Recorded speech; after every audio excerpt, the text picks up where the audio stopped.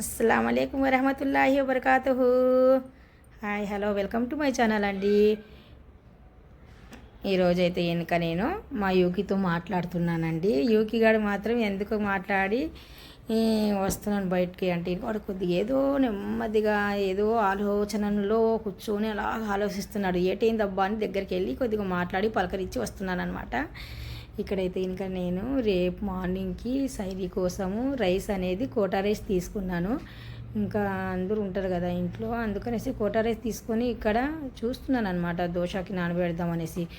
Morning నానబెట్టామనుకోండి దోశకి బియ్యం చాలా బాగుంటాయి. అందుకనేసి కొద్ది చెరుగేసి కొద్దిగా ఏమైనా డస్ట్ ఉందేమో అనేసి చెరుగుతున్నాను. ఇంకా పని అంటూ ఎక్కడ పని అక్కడే ఉంది నాకు. ఈ పని అంతా మొత్తానికి అయిపోయేలోపు నాకు చాలా టైం పడుతుంది.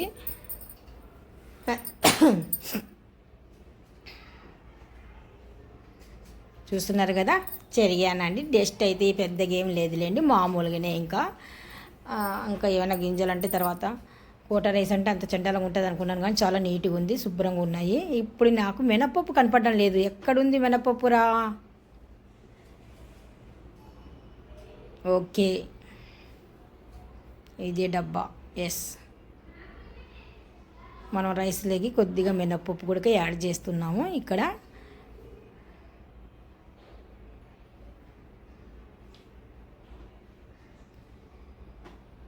పర్ఫెక్ట్ కొలత అయితే నేనేం తీసుకోవడం లేదు, అంచనా ప్రకారంగా. ఎందుకంటే ఏసి వండి బాగా తెలుసు అంచనా. ఎంతకి ఎంత వేస్తే సరిపోతుంది అనేది నాకు బాగా తెలుసు కదా. అందుకనేసి అంచనా మీద నేను అక్కడ రైస్ వేసేసాను.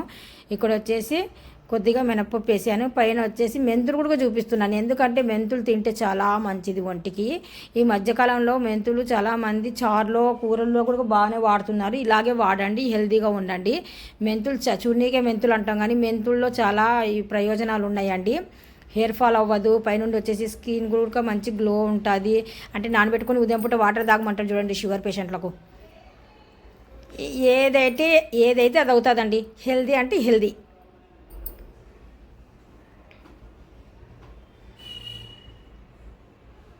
ఇక్కడ ఒక గిన్నె తీసుకుని వస్తున్నా నేను. మొత్తానికి నేను బియ్యానికి మినపప్పుకి మొత్తం వేసి ఒక్కసారి కడిగేద్దాము. ఇక్కడ మాత్రం నేను వాటర్ తీసుకోలేదని మీరు అనుకుంటున్నారా? కాదు, ఆ చిన్న గిన్నెలో నేను తీసుకున్నాను కదా ఇప్పుడు ఒక చిన్న గిన్నె. ఆ గిన్నెలో మాత్రం ఆల్రెడీగా నేను మా ఆయనకి హాట్ వాటర్ అనేది పెడతాను, బాటిల్లో వేసి ఇస్తాను అనమాట. ఆ వాటర్ అనేది ఇక్కడ కొద్దిగా మిగిలింది నాకు, అందుకనేసి ఆ రైస్ వేసి ఇందులో నేను కడుగుతున్నాను అనమాట. అది కాక కోటా రైస్ కదా, కొద్దిగా లైట్ గోరువెచ్చని వాటర్ తీసుకొని కడిగామనుకోండి ఇంకా మంచిది కదా. అందుకనేసి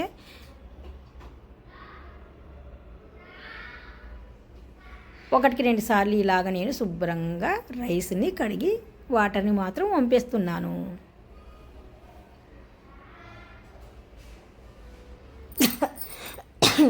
ఏమనుకోకండి, మధ్య మధ్యలో నాకు కొద్దిగా దగ్గు కూడా వస్తుంది.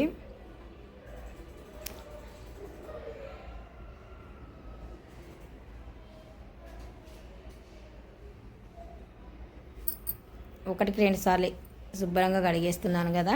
ఇంకా 3వసారి మాత్రం నేను వాటర్ వేసి వదిలేస్తాను అనమాట. ఈ వాటర్ మాత్రం వంపేద్దాం. ఇది 2 సార్లు కడిగిన వాటర్ ఇది, అందుకే ఈ వాటర్ మాత్రం కడిగేద్దాం. వంపేస్తున్నాను చూడండి. కోట బియ్యంతో దోశలు చాలా మెత్తగా ఉంటాయి. కొద్దిగా మెంతులు కూడా వేసుకుంటే కనుక దోశ మంచి కలర్ వస్తుందన్నమాట. పైనుండి వచ్చేసి మంచి హెల్దీ కూడా, చిన్న పెద్ద తేడా లేకుండా అందరం తింటాం కదా. మెంతులు ఒంటికి చాలా మంచిది. మెంతులు చారు కూడా చాలామంది చేసుకుంటుంటారు. అప్పుడప్పుడు మళ్ళీ మెంతులు అనేటివి ప్రతి కూరలలో కూడా కొద్దిగా వాడడం చాలా కామన్ ఈ మధ్యకాలంలో. ఇలాగ వాడితేనే చాలా మంచిదండి ఇలాంటి గింజలు. ఇక్కడ మాత్రం నేను బాదము మా పిల్లలకి ఉదయం పూట ఇస్తానన్నమాట. చిన్న మట్టి కుండ, ఇది మట్టి కుండలో నేను ప్రత్యేకంగా నానబెట్టాను అనమాట.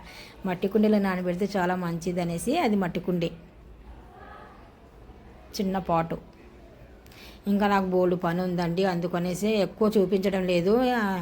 మరి ఏమంటారంటే కనుక రొటీన్గా చూపిస్తున్నారు ఏంటి అని చెప్తున్నారు చాలామంది. ఇద్దరు చెప్పారు, చాలామంది చెప్పలేదు. అందుకనేసి అంటే అది ఈ పని గురించి చెప్పలేదులేండి. ఇఫ్తారు సైరీ అనేది అలా చెప్పారు అనమాట. మా అబ్బాయి అని మాత్రం నవ్వుతున్నాడు అటు.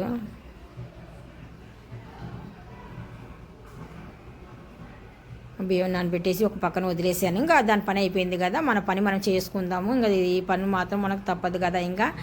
ఇంకా పని తర్వాత పని చేసుకోవాలా. అందుకనేసి ఈరోజు మాత్రం ఎక్కువ పని చూపించడం లేదు మీకు. నేను ఏమేం చేస్తున్నాను అనేది జస్ట్ కొద్దిగా చూపిస్తున్నాను. ఇందులో ఒక చిన్న పార్ట్ అంతే.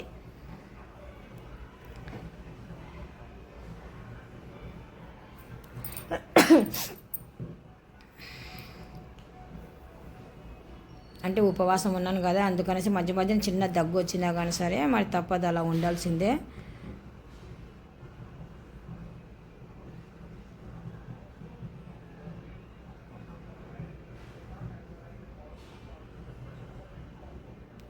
ఇలాగ మనం వంట ఏదైనా సరే చేసుకున్నప్పుడు చిన్న జిడ్డు ఏదైనా కానీ సరే ఉంటుంది కదండి. ఇదంతా నీట్గా రావాలంటే కనుక పొడి బట్ట తడి బట్ట పెట్టిన వేస్ట్, కొద్దిగా సబ్బు పెట్టేసి బాగా స్టవ్ ఇవి మొత్తానికి ఈ ప్లాట్ఫారం అంటారు కదా, కిచెన్ ప్లాట్ఫారం, కిచెన్ ప్లాట్ఫారం ఇలాగా మొత్తానికి శుభ్రం చేసామనుకోండి చాలా నీట్గా ఉంటుంది. నాకు ఎందుకో కానీ మరి అలా చేస్తే కానీ నాకు మనసు ఒప్పదబ్బా. ఇప్పుడు స్టాండు అంటే స్టవ్ పైనవి స్టాండు ఈ ప్లేట్లు కూడా చిన్న నెమ్మదిగా కడిగేస్తున్నాను అనమాట.